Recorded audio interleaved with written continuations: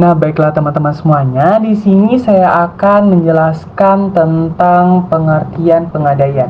Nah, menurut pasal 1150 Kitab Undang-Undang Hukum Perdata, gadai diartikan sebagai hak yang dimiliki oleh seorang kreditur atas barang bergerak yang diserahkan oleh debitur atau pihak lain atas namanya. Hal ini memberikan kewenangan kepada kreditur untuk menerima pelunasan dari barang tersebut dengan prioritas lebih tinggi dibandingkan kreditur lainnya. Nah, pengadaian adalah institusi keuangan yang secara legal memiliki izin untuk menjalankan operasionalnya dengan fokus pada pemberian pembiayaan kredit kepada masyarakat.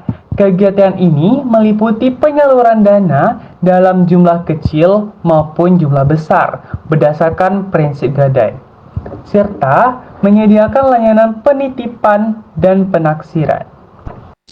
Barang yang digadaikan harus memiliki nilai ekonomi sehingga bisa dinilai oleh pihak gadai tersebut. Aktivitas pengadaian melibatkan jaminan barang-barang berharga untuk memperoleh dana di mana barang yang dijadikan nantinya akan ditebus kembali oleh nasabah sesuai dengan kesepakatan kedua belah pihak. Selanjutnya yaitu tujuan dan fungsi pegadaian. Di sini ada dua tujuan dari pegadaian. Yang pertama, berkontribusi pada peningkatan kesejahteraan masyarakat, khususnya golongan menengah ke bawah, melalui penyediaan dana berdasarkan prinsip gadai dan layanan keuangan lainnya sesuai dengan peraturan perundang-undangan yang berlaku. Dan yang kedua, melindungi masyarakat dari praktik gadai ilegal, riba, dan bentuk pinjaman yang tidak wajar lainnya. Fungsi pegadaian itu ada 5. Yang pertama, sebagai penyedia dana pinjaman. Nah, pegadaian itu memberikan pinjaman kepada masyarakat dengan jaminan barang bergerak, seperti emas, kendaraan, atau barang berharga lainnya. Yang kedua, meningkatkan kesejahteraan masyarakat.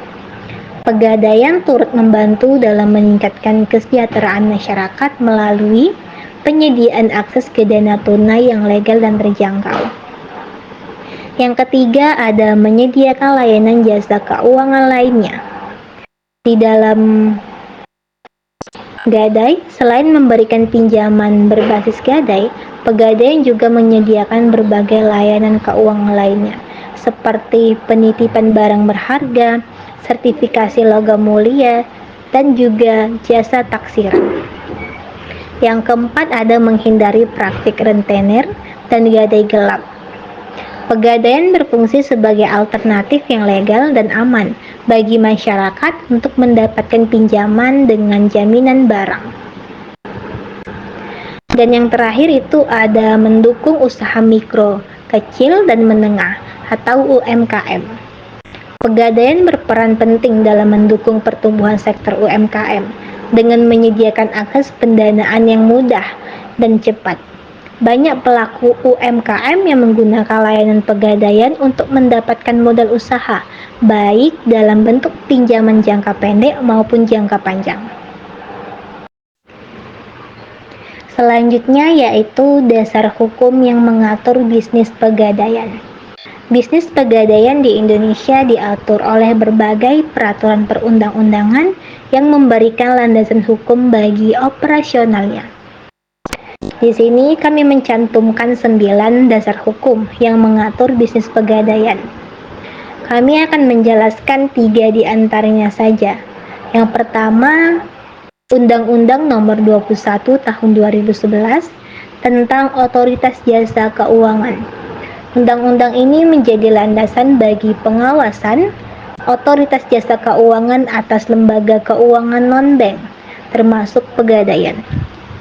OJK memiliki wewenang untuk mengawasi, mengatur, dan memberikan izin usaha kepada perusahaan yang bergerak di sektor pegadaian. Yang kedua ada Peraturan Otoritas Jasa Keuangan atau POJK nomor 31 POJK 05/2016 tentang usaha pegadaian peraturan. Ini secara khusus mengatur mengenai usaha pegadaian, termasuk tata cara pendaftaran, perizinan, bentuk badan hukum, serta operasional bisnis pegadaian. POJK ini dirancang untuk menciptakan bisnis pegadaian yang sehat dan memberikan perlindungan bagi konsumen serta pelaku usaha. Dan yang ketiga adalah pasal 150 KUH Perdata. Pasal ini mendefinisikan gadai sebagai suatu hak yang diperoleh oleh seorang kreditur atau berpiutang atas suatu barang bergerak yang diserahkan oleh debitur atau berutang atau orang lain atas namanya. Kreditur diberikan kewenangan untuk melunasi pinjamannya dari barang yang digadaikan dengan prioritas di atas kreditur lainnya. Ketentuan ini menjadi dasar hukum utama dalam kegiatan gadai yang menjadi praktik utama dalam bisnis pergadaian. Prosedur dan syarat sah dalam transaksi gadai.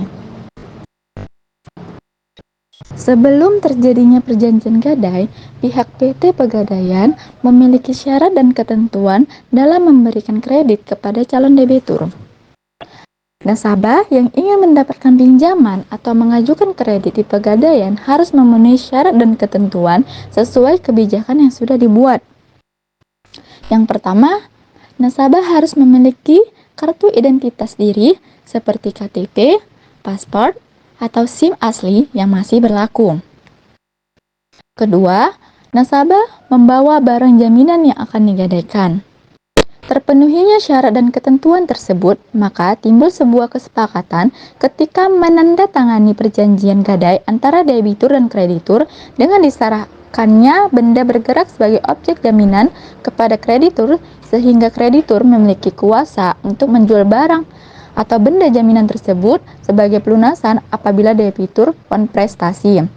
Yang ketiga, nasabah mengunjungi kantor cabang Pegadaian terdekat dengan membawa dokumentasi identitas dan barang jaminan. Selanjutnya, nasabah mengisi formulir permohonan kredit dengan data diri lengkap sesuai dengan KTP. Yang kelima, nasabah menyerahkan barang jaminan kepada petugas penaksir Pegadaian untuk dinilai harga pasar setempat. Yang keenam, penentuan pinjaman maksimal. Petugas penaksir akan menginformasikan tentang uang pinjaman maksimal yang bisa didapat berdasarkan nilainya barang jaminan. Nah, selanjutnya nasabah menandatangani perjanjian. Setelah pinjaman disetujui, nasabah harus menandatangani perjanjian kredit yang berisi detail pinjaman, bunga, serta batas waktu pengembaliannya. Selanjutnya, yang kedelapan, pemindahan dana. Uang pinjaman akan diberikan kepada nasabah dalam bentuk tunai atau transfer ke rekening mereka. Nah, yang terakhir, pelunasan utang. Saat jatuh tempo, nasabah harus melunaskan utangnya. Jika gagal, Pegadaian berhak menjual barang jaminan melalui lelang. Perlindungan hukum bagi nasabah dalam bisnis pegadaian.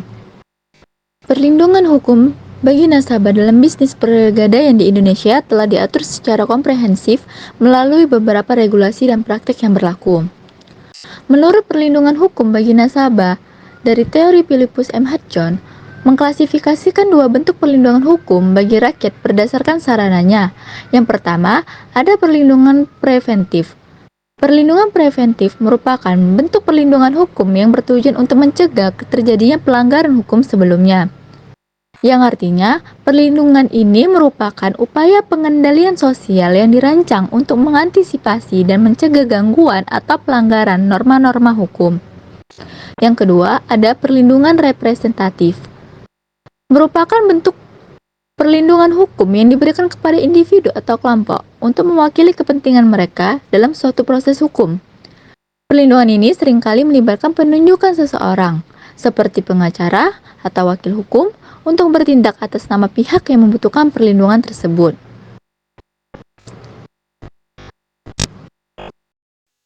Perlindungan hukum bagi nasabah dalam bisnis pegadaian Indonesia telah diatur secara komprehensif melalui beberapa regulasi dan praktik yang berlaku. Yang pertama, ada persyaratan bentuk badan hukum dan kewajiban, termasuk dalam Peraturan Otoritas Jasa Keuangan Nomor 31 POJK 5/2016. Yang kedua, ada larangan penggunaan barang jaminan yang telah dijelaskan dalam Kitab Undang-Undang Hukum Perdata Pasal 1159. Pasal ini menjelaskan beberapa kondisi yang dapat mempengaruhi hak kedai, termasuk cacat rohani, jasmani, buta matanya, dan borosnya. Selain itu, Pasal 1159 juga menegaskan bahwa jika pemegang gadai menyalahgunakan benda gadai, maka pemberi gadai berhak menuntut pengembalian benda gadai. Yang ketiga, mekanisme penyelesaian sengketa. Dan yang keempat, ada asuransi barang jaminan. Yang kelima, perlindungan representatif, seperti yang telah dijelaskan sebelumnya, merupakan bentuk perlindungan hukum yang bertujuan untuk mencegah terjadinya pelanggaran hukum sebelumnya. Yang keenam, pergantian kerugian. Yang ketujuh, keamanan dan keselamatan barang jaminan. Nah, baiklah teman-teman, di sini saya akan membahas tentang apa sih perbedaan pengadaian syariah dengan pengadaian konvensional. Nah, di sini saya ada 7 perbedaan dari pengadaian syariah dan pengadaian konvensional, yaitu yang pertama yaitu akad dan sistem pembiayaan. Nah, kalau menurut syariah, pembiayaan menggunakan akad mu'nahrahan dan menghitung biaya pemeliharaan berdasarkan ujrah. Sedangkan konvensional menggunakan sistem riba yang dianggap riba oleh syariah tersebut. Yang kedua yaitu produk dan layanan. Kalau syariah menawarkan produk sesuai prinsip syariah dan menghindari unsur riba, gahar, dan masyir. Sedangkan konvensional menawarkan berbagai produk termasuk yang tidak sesuai dengan prinsip syariah atau dengan kata kutip bisa dikatakan sebagai barang haram gitu. Nah, yang ketiga yaitu prinsip dan etika bisnis. Menurut syariah mengedepankan keadilan, kejujuran, dan transparansi. Sedangkan konvensional tidak. Dia selalu mengikuti prinsip-prinsip. Sedangkan konvensional tidak mengikuti prinsip-prinsip tersebut. Nah, yang keempat yaitu penerapan dan perkembangan. Syariah yaitu semakin populer di kalangan masyarakat yang ingin bertransaksi sesuai prinsip Islam.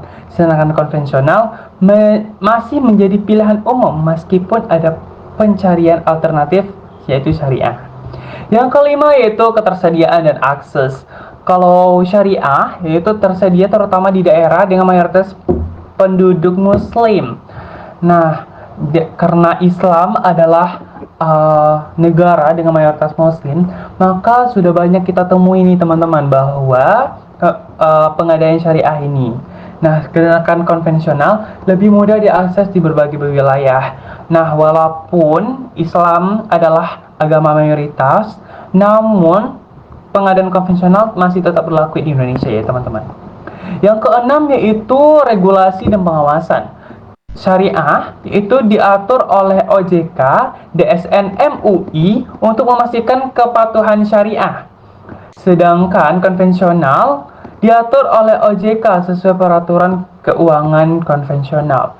Nah, jadi konvensional ini tidak ada kandungan MUI di dalamnya teman-teman. Halal atau tidaknya. Nah, yang terakhir yaitu keuntungan dan kerugian. Syariah yaitu sesuai dengan nilai-nilai Islam tetapi mungkin kurang fleksibel. Sedangkan konvensional mudah diakses dan beragam produk, tetapi tidak selalu sesuai dengan prinsip Islam. Nah, itulah teman-teman perbedaan antara pengadaan syariah dengan pengadaan konvensional.